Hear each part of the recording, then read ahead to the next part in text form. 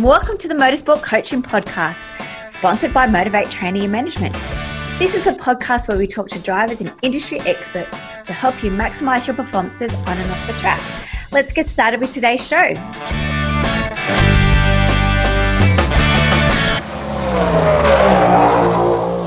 Hello, everybody, and welcome to episode 78 of the Motorsport Coaching Podcast. I am your host, Belinda Risley, and today I'm joined by Dr. Lee Walsh. But before I tell you a little about him, I'd just like to thank a subscriber who's wrote a review over on iTunes. So Jackster007 has written, "Great podcast, Belinda. Love hearing Ebony's story.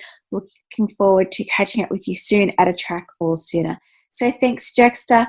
You're going to the monthly draw to win one of our motorsport coaching packages. If you're interested, simply go over to iTunes and rate and review these podcasts, whether you like it or not. It's always great to have some feedback. Of course, you can also drop it on any of our social media platforms. Today, guys, Dr. Lee has a passion for measuring human performance and motorsports and working with race teams to apply physiology, psychology, and biomechanical engineering to optimize their performance and development of drivers, riders, pilots, and pit crews. If you don't optimize your motor athletes' physiological and psychological performance, millions of dollars in development and championships could be lost.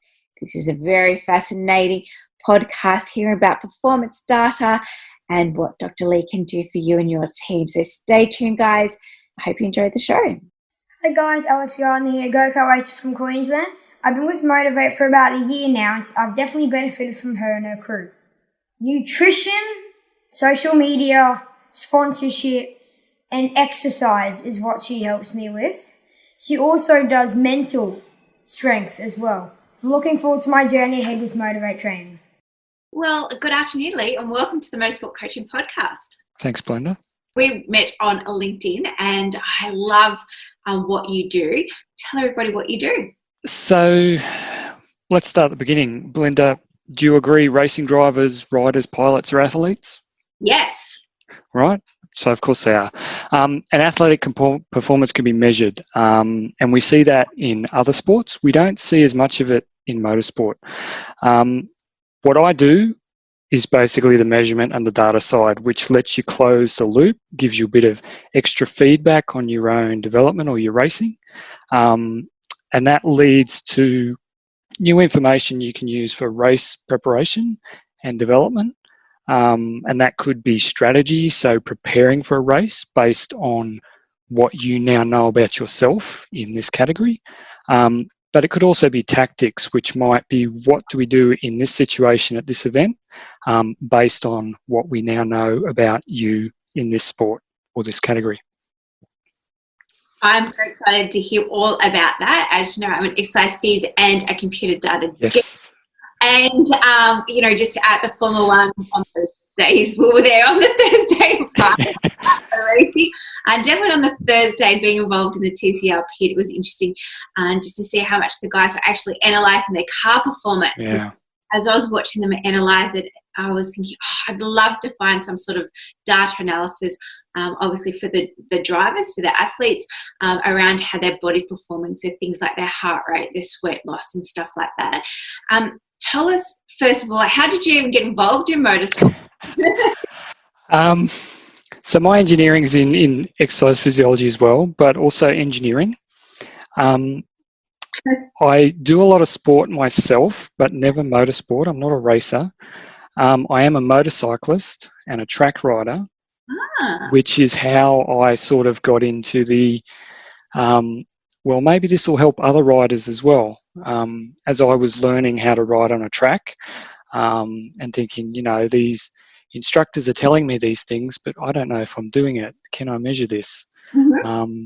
And as a specialist in measurement, that was sort of a natural pathway. And then as I start talking about this with other physiologists, other sports physiologists, and a few of them have been involved in racing or supporting racing, and they start to say, well, yeah, no, actually it's not really done. Everything's on the car. Correct. Or the bike or the plane or whatever. Yep. And I just started asking more questions. So how come you don't measure the driver? I mean, this is a huge athletic sport. Yes, there's a car, but you're not driving on the street. It's a lot of pressure on the track. And, as you ask more of those questions, more people start asking questions back, like, so how will it help? So what can you measure? Are you just measuring heart rate? We can do that already. And that's sort of where I've got to at this point, where we've got people like yourself, other trainers and exercise physiologists involved in the sport, helping people move along that spectrum, but not necessarily using real-time feedback or physiological feedback in particular to actually inform their performance on the track and their development. And so, Lee, how do you measure real-time data around the athletes when they're in the car? So this is my new direction. Yes. So the way I do it on myself comes from my background in medical physiology. So basically, it's taking biomedical sensors and things that are used in measurement in other sports, but also in medicine, and basically adapting them for that environment. So we can take basic things like heart rate. You've got off-the-shelf monitors for that, but we can look at more complex things. So core body temperature is a big thing in endurance sport, and there are plenty of endurance categories where you're not only an endurance athlete, but you're in quite a hostile environment, which is a car at Bathurst in February with no air conditioning, and you're driving for 6 hours, 12 hours, depending on the category. So temperature there is a huge challenge. And so you can measure that, in your mouth is what you used to, but you can measure that with sensors to measure the core temperature and actually see in real time. And that informs tactical decisions. You could look at an athlete's preparation up to an event. Are they arriving at an event with enough hydration? Mm-hmm. So I'm sure with your athletes, you talk about hydration and preparation. If they do what you say, they should get there and be ready to go. If something has happened during the week and they're slightly off, it would be good to know that at the start of the event. With a data set, you can then adjust your race strategy based on particular athletes, how their hydration changes over an event. Do they need more nutrition? Blood glucose is another possibility. So those are just some examples where it means two things. You can look at a athlete as they develop. So we can see from measuring these parameters that you get really hot in the car more than other athletes. So we should look at how we can help you manage that. At the same time, during a race, you'd say, actually, this is a really hot race. You're getting even hotter than usual. What do we need to do to manage that? Do we need to do shorter stints? Do we need to put more cooling in the car? These sorts of things. But you're not just doing it based on gut feel. You actually have the measurements. But it's engineering. So anything that's measured in another sport or in medicine can be measured. It's just about whether it can be adapted to your car, your bike, and your category. In one thing about sport is whether the rules allow it. Different categories have different rules. Uh-huh. And like to say that you can't analyse their performance, that kind of data, or is it just like that there's more clothing or something? Or I've come across both, obviously. So in motorsport safety and having to wear your personal protective equipment is a big deal. So I'm a motorcyclist myself, so one of the challenges with putting sensors on a rider is if they come off the bike and hit the ground, is that hardware that you've put on them going to cause an injury? Mm-hmm. So you've got to be able to put things that will not only fit under their leathers, but if they're struck, it's okay if the instrument's destroyed, you can replace it, but you don't want to be causing injury to a rider. Same thing applies in cars. You've got to wear your flameproof suit. You've still got to wear a helmet. You're in gloves, particular shoes. You've got to wear a harness. All of that can affect wear on the body you can put things, which may mean off-the-shelf equipment doesn't work, but it may also limit access to what you can measure. And so that's one of the engineering challenges in getting things on the driver. But some categories as well,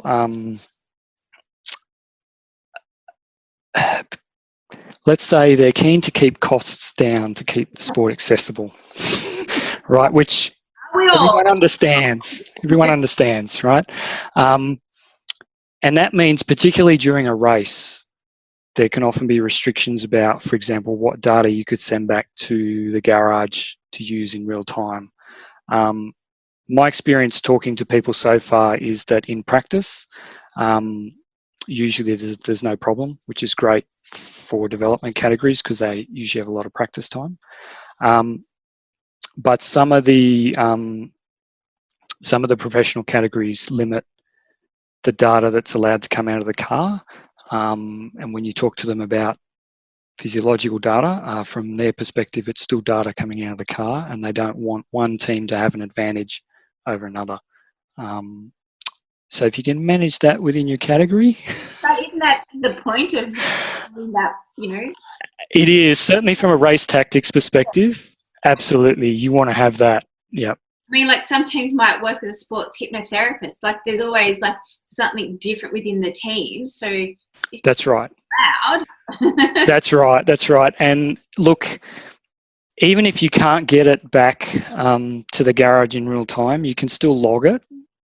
And because you've got timing and you know what happened on the track and you can log position on track as well, that means you can still do a post-event analysis and provide feedback into your next race strategy or into your development. But the categories I've had the most interesting discussions with have been the ones that are happy for that data to go back to the wall so that you can inform driver safety, but also race tactics. And what categories does all of this work best for? So GT3 is the one I've had the most discussion with so far because, I mean, they have run those long 24-hour events, 12-hour events. They've got drivers going in and out. Yeah. It's actually quite important, not just for strategy, but for safety, that those drivers are remaining alert and that you know what's going on with them. So you mentioned before, Lee, about the implications of possibly having the sensors and an accident. Like, talk to us, like, are the sensors big, or are people thinking that it's like an AFL vest that you see, like the rugby or players wear, or is it like, you know, when you go for an ECG and you've got bits and pieces everywhere? Yeah. So it's probably a bit of both, actually, depending on what you want to measure. So one thing I can do is muscle activity. So that would be the biomechanics of you driving around the track. So that's of interest in development because you can get, around a track, you've got, say, 20 corners. We can map out not only which corners you tense up in, but what behaviours get you the best time around that corner. But that's measuring muscle activity, stress, heart rate, that sort of thing. That's sensors all over the body. Yep. Wires everywhere. But that fits under a suit with relatively little difficulty. You just tape everything down. The ones that cause problems are the ones that are hard pieces of plastic that might, for example, in a rider, they might get struck. Mm-hmm. And the ones that go inside. So if you've got a temperature capsule that you've swallowed, you get fantastic core body temperature, straight back being logged in real time. But medically, there are problems if you, for example, get put into an MRI that may cause an artifact on the image, which may be a problem depending on the injury you've had. So the race rescue team need to know that an athlete has got that sort of sensor in them. So those are the sorts of considerations, particularly at those events where you've got big cars and high speeds. But bikes in particular, things wrapped around, no rider likes having things on their skin. And that's because they know what happens when they come down. They're well padded though. They're like more padded than what a car driver is. They are, but a little piece of, even only sort of this big, a little sensor, even if it's under your armour plate, if you come down on that, that will still hurt, and it could still break the skin, even if it's small. And as they get bigger, then the potential for injury gets a bit worse. So the engineering there to make sure you've got small sensors that aren't on the impact zones is important. And is that something that you can get more real data during test days then? Yeah, look, I think... For the other categories? Yeah, I think so. So I was talking to some people involved in karting who were pretty keen on the practice days because karting teams have so much practice time available to them. And it means that you can try something, see what it says, go out, try again, see what it says, go out. And they're sprint races as well. So they're short track, short amounts of time on track. There's good potential for feedback between sessions. Yeah. I'm keen. So when anything available for me, I'm even happy to fly you anywhere to come and do that with my race team. So it sounds like we need to develop a vest, a data vest for karts. Yes, please. Yeah, you have to tell me what you want to measure. That's the biggest thing, is everyone wants to measure something different. But as you know, as a physiologist, you actually need to interpret that within the context of the athlete and what's actually helpful. So that's the biggest discussion, really. I guess the benefit right now in Australia is we have nothing. So something will be better than nothing. So if we only can test X, Y, Z, well, then that's better than, having nothing to test. So I personally would love to have some sort of, real life data we can test other than just the heart rate. Yep. To obviously help our athletic performance, especially with that drive. And that's definitely what I've seen in the supporting categories. Certainly the guys at the top are doing it. It's patchy, but they're doing it. So, in other sports, so if you take cycling, when everybody's doing it, if you're not doing it, you're behind, right? But if you take the sports where nobody's doing it, like motorsport, some things like racket sports and these sorts of things, where it's not a big thing, if you're the only person doing it, then that's an edge, because you know something nobody else knows, right? And you've got data sources and feedback that nobody else has. So, yeah, for sure, we need to get something going for Australian supporting categories. Please. Now, Lee, we spoke about what it does, but what does that turn out for the benefit of the athlete? Just a little bit more detail. And who can, analyze that information for them? Obviously, you can easily, because you're an engineer. Is this something that would be a new role within the team? Does an expert need to do it? Can EPs do it? Yeah, sure. So there's a few questions in there. What was the first one? I've forgotten what the first one was. Well, how does it help them with their... Yes. So let's start with that. Okay. Get the data back. What are we doing with that data? Yep. So how can it help? Okay. So Belinda, you're an ex-phys. So every sport has a spectrum, right? The top people are at this end, and the amateurs and the beginners are at this end. And everybody wants to move in that direction, right? And this is what you do. You, through training and advice and all sorts of other information that we can give athletes, we can move them up this spectrum. Having the real data means that when you're making a decision, do we do this or do we do that, you can make a decision based on what the situation actually is, not just what it might be. It also means that if you try a new training regime, you can objectively measure if it's worked. So I talked earlier about athletes whose temperatures go up a lot more than others. And that's just everybody's physiology is unique. Some people run hotter than others. So the naive strategy might be, right, well, let's wrap this driver in an ice suit, keep them cool during the race, that'll keep the temperature down, right? Great. And let's take a mechanical engineering approach, and obviously the colder the vest, the better the cooling will be. Now, this is a really good example because the body doesn't cool the same way as a car. And actually, if you wrap it in ice, it defends itself from the ice. So what you can actually do is say, okay, this athlete runs hot. Let's measure their temperature. Now let's wrap them in ice. Did it actually make a difference, yes or no?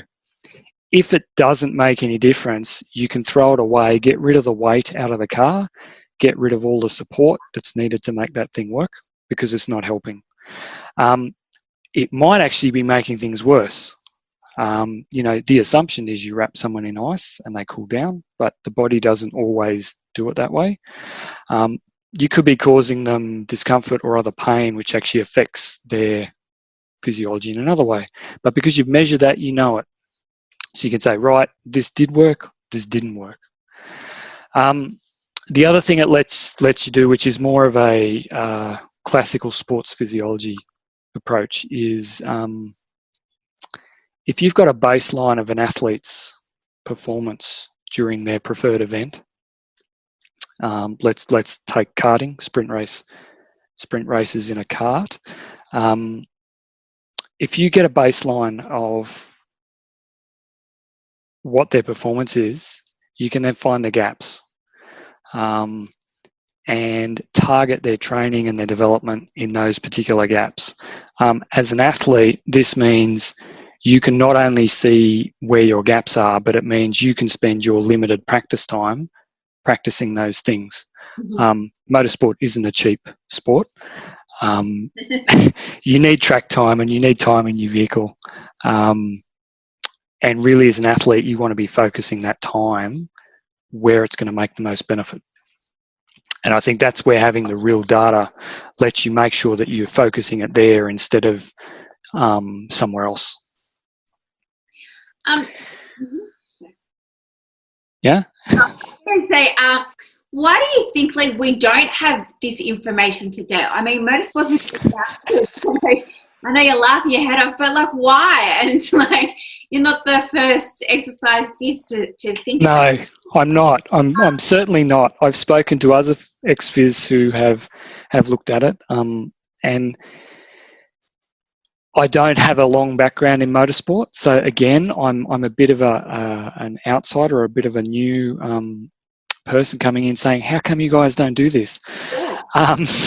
As best I can tell.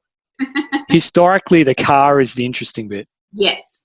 And just the sport in itself is just evolved probably over the last 10 years. As we know that 10 years ago it was just about your achievements and the race results that got you places, and you spoke about the spectrum of starting here from a beginner to amateur becoming professional. So the better your race results, the higher you went, the quicker you got there.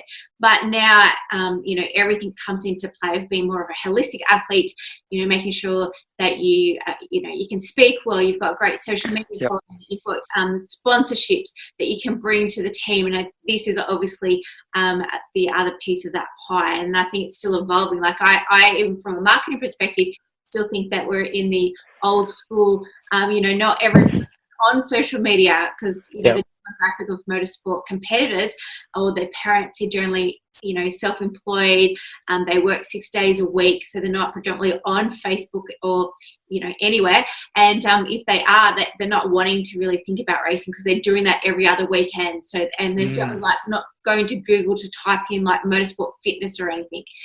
It's still referrals and words of mouth that gets you new clients or gets new services to come on board. So That's what I think. And I think you're right. Look, a lot of the people I speak to who've tried it before, they only tried a piece of the puzzle, and they tried it 10 years ago when, this was new, we should try this, all the other sports do it. Let's get a nutritionist in. Okay, great. So they've got nutritional support, but what about all the other bits? Yeah, it's a more holistic approach now. So it's nutrition, right. Mindset, it's athletic ability. Yeah, and I think that mindset and the psychological thing is certainly coming in, and I think as that comes in more, people are realising as well that it's not just focus, it is actually physiology and psychology, and it comes from everywhere, and preparation. And so sports science is starting to trickle in next to the engineering. That's why I get so excited about it is. this data information, and it's again just that small piece of the puzzle of helping them, to get on the podium, to enhance their performance, to be number one, to have that competitive advantage. Yeah, and it gives people like me who love motorsport but are not a mechanical engineer a way to work in motorsport. Well, you previously mentioned that it's not just for the athletes, that it can be utilised across the whole team. We spoke about those endurance events. And, we quite often forget about the pit crews, like with the drivers, they go and have a sleep and have a rest and switch off, whereas the pit crews predominantly, they're back to back. I mean, I'm so big on trying to work with the teams as well and trying to get the teams physically and mentally fit as well. Again, I think that's just something that we're still lagging at this stage. There's not a lot of teams that work together or consider their pit crew to be important, or that the pit crews do need to be fit or mentally aware. But this data can help them as well. Yes, absolutely. And in many ways, it's easier to instrument the pit crew because they don't have to be in a car or on a bike. They have a bit more freedom in what they can wear. But unfortunately for the pit crews, I think they're lagging even further behind the athletes because, well, they are pit athletes, but you think all the teams are just starting to get this going on their drivers and their riders. And when I mention pit crews, and they say, yes, no, you're right, we need to look after them first, but first we need to fix the driver. Yeah. And that's unfortunate because you're absolutely right, it's a team. The driver is the one in the car, but the pit crew is the one who will lose 20 seconds on a tyre change or drop the brake disc and lose time there. So, and that happens when you're tired. So you're absolutely right, the whole team. And there's a lot of power there with data in being able to bring together everybody's data together to be able to identify, okay, this person behaves better in this environment. This week we're racing in Bathurst. Next week we're racing in Europe. Different people may have slightly different edges in different environments on different tracks. If you can measure that, the team can adjust their strategy, and actually not only then are they getting the most out of their athletes, they're actually getting the most out of the sum of the parts. And I think if you get a whole team instrumented, that would be unbelievable. We haven't got that far yet, I don't think. So excited. Hurry up and finish your product. I want it now. Yeah. And I guess everyone's listening would be thinking, is this affordable to the general public? What kind of fees or services is getting this data analysis, and hopefully race team owners are considering? Yeah, look, I've been talking to a couple of guys in karting about how to get to the karting tracks, because that would be a good test of having something available to everyone in a sport. At the moment, I don't yet have that magical data vest for each category that you can give to someone and they can do everything themselves. Unfortunately, at the moment, you really need an exercise physiologist doing interpretation. but everything's still a little bespoke at the moment. So absolutely, once you know what something means for you, once you've been through the measurement and someone has explained to you, this is what this means for you, watch out for this, you can manage that yourself, the same as other athletes do. It's absolutely my intention to be working with the general public. I've just got to get to the right tracks and test things on real amateur athletes. But anytime you want to go to the Canberra track, let me know. Yep. I'm pretty much, one of my clients has the keys to the track. So oh, really?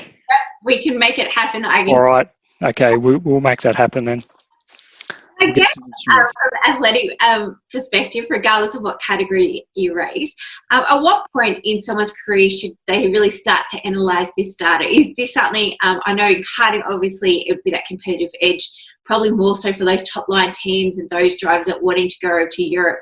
But if you're wanting to stay here in Australia, just, progress into whatever category, when is a good time to really start looking at this data analysis? Is it, is it too young to put an 8-year-old or a 12-year-old, or is it great for everybody to really know these stats?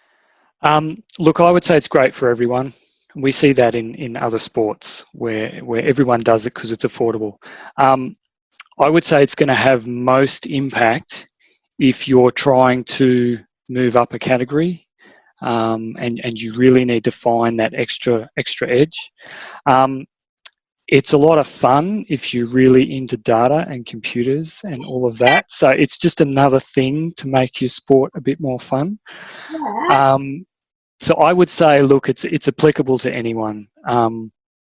It's really about finding the things that are easy enough for you to measure that are also helpful for you in your category. Physiology, everyone's physiology is different, so what you measure might be slightly different from your competitor, but look, this sort of stuff is approachable to everyone, and it will be once we get instruments that aren't so fragile. Yay! Any time frames? No rush, I'm very excited. Yeah, look, you've caught me out a little bit here because I've been focusing on the GT categories. I just need some people from karting and the supporting categories to get in touch and let me know what they want to get out of it. Let me know why they're interested, because that makes it easier for me to put a suite together. At the moment, I've got suites for endurance, but temperature's not going to matter in sprint racing. It's going to be less important. We should look at other things. It still will play an effect, though. I think it will, definitely. I'm not saying it doesn't. Especially because, with temperature, it's not just the environmental temperature. It's the body heat temperature, which can come down to nutrition and things like that as well. So definitely. And there's a new sensor coming out of Europe that lets you measure core temperature without swallowing something. So I'm pretty excited to try that out in Canberra. Yeah, well, I'm excited about it. I can get you some Porsche drivers. We can do PCR drivers. We can do Aussie race cars where they're smaller, compact cars. We can do open wheelers and Formula Fords. You just let me know what you want, Lee. And sounds awesome. I'll make it happen for you. Sounds awesome. Very much for your time today. Obviously, I love this episode because I'm a data geek.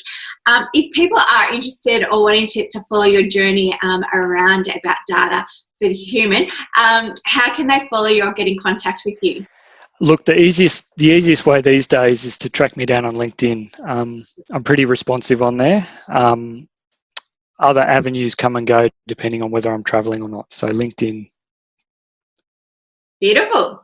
Well, thank you again, Lee. I loved it. No doubt. I can't wait to see what we can do in the future together and what you're going to make. And are you still there? Just cut out. Oh, and what you're going to make. And as soon as we've got something, we'll have to have you back onto the show. Sounds good. Thanks very much. Thanks, Belinda.